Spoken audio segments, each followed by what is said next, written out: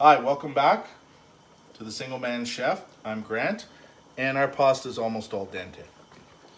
Let me try and show you what I mean. I'm gonna move in there. I'm gonna pick that up a little bit. Now, it's still a little bit translucent, okay?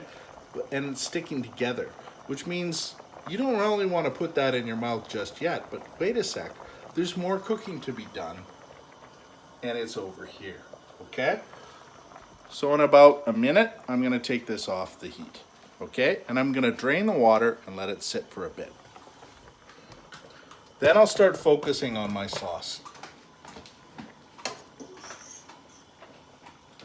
Perfect. Off the heat.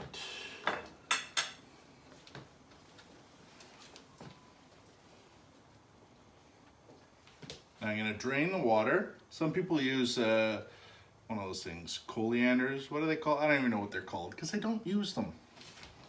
If you're careful and you take your time, you're not gonna lose any pasta.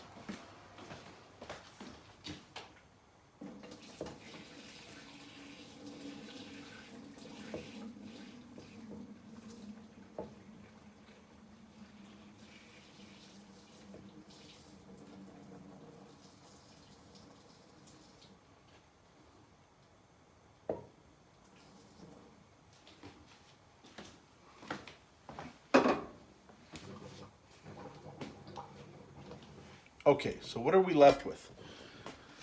Now I didn't drain all of the water, okay? I left a little bit in there. Now I'm gonna wanna put a little bit of oil and some salt in there to create a bit of a reaction and give it something to do while I'm working on the sauce. But part of al dente is that you have to cook the pasta with a little bit of the water that you boiled it in the first place, okay? So otherwise, it's not gonna work out. So a little bit of salt.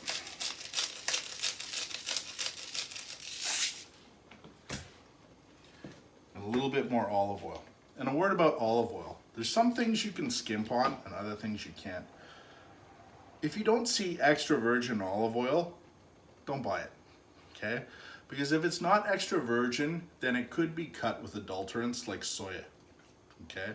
So extra virgin, you can't sell something as extra virgin if it isn't basically pure olive oil. So look for extra virgin olive oil. Don't buy anything else, all right?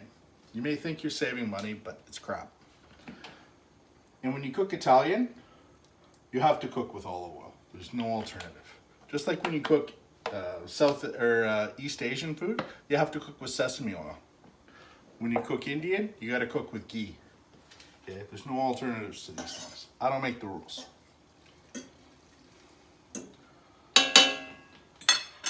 So we're gonna let that sit, and now we're gonna get started on our sauce here. So I've already got my chopped onions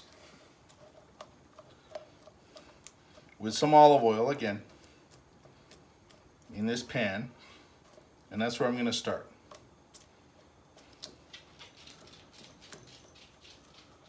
Now remember we talked about the importance of chopping them up nice and small? That spreads the flavor throughout it. Whereas you're trying to cook like a big broad surface, it doesn't disperse enough of its flavor.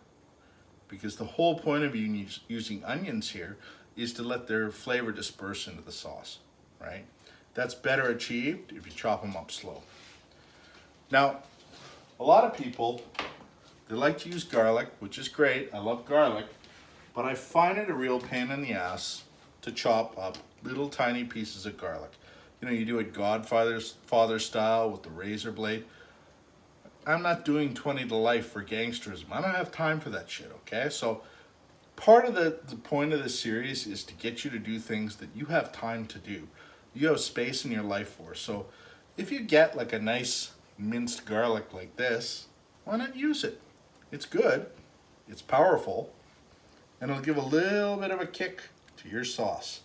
Because Italian food without garlic, it's kind of pointless. A lot of foods without garlic, pointless, but especially Italian. So you got that, and again, mix it in there.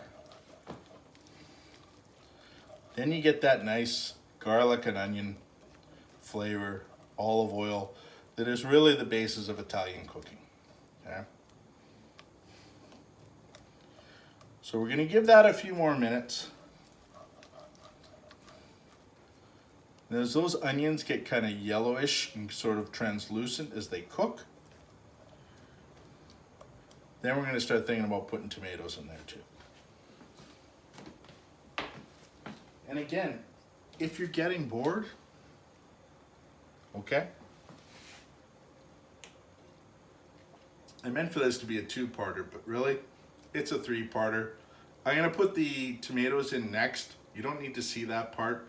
It's gonna come in about 3 or 4 minutes once the onions are translucent. I'm gonna let that percolate for a while, and then I'll show you how we finish it off.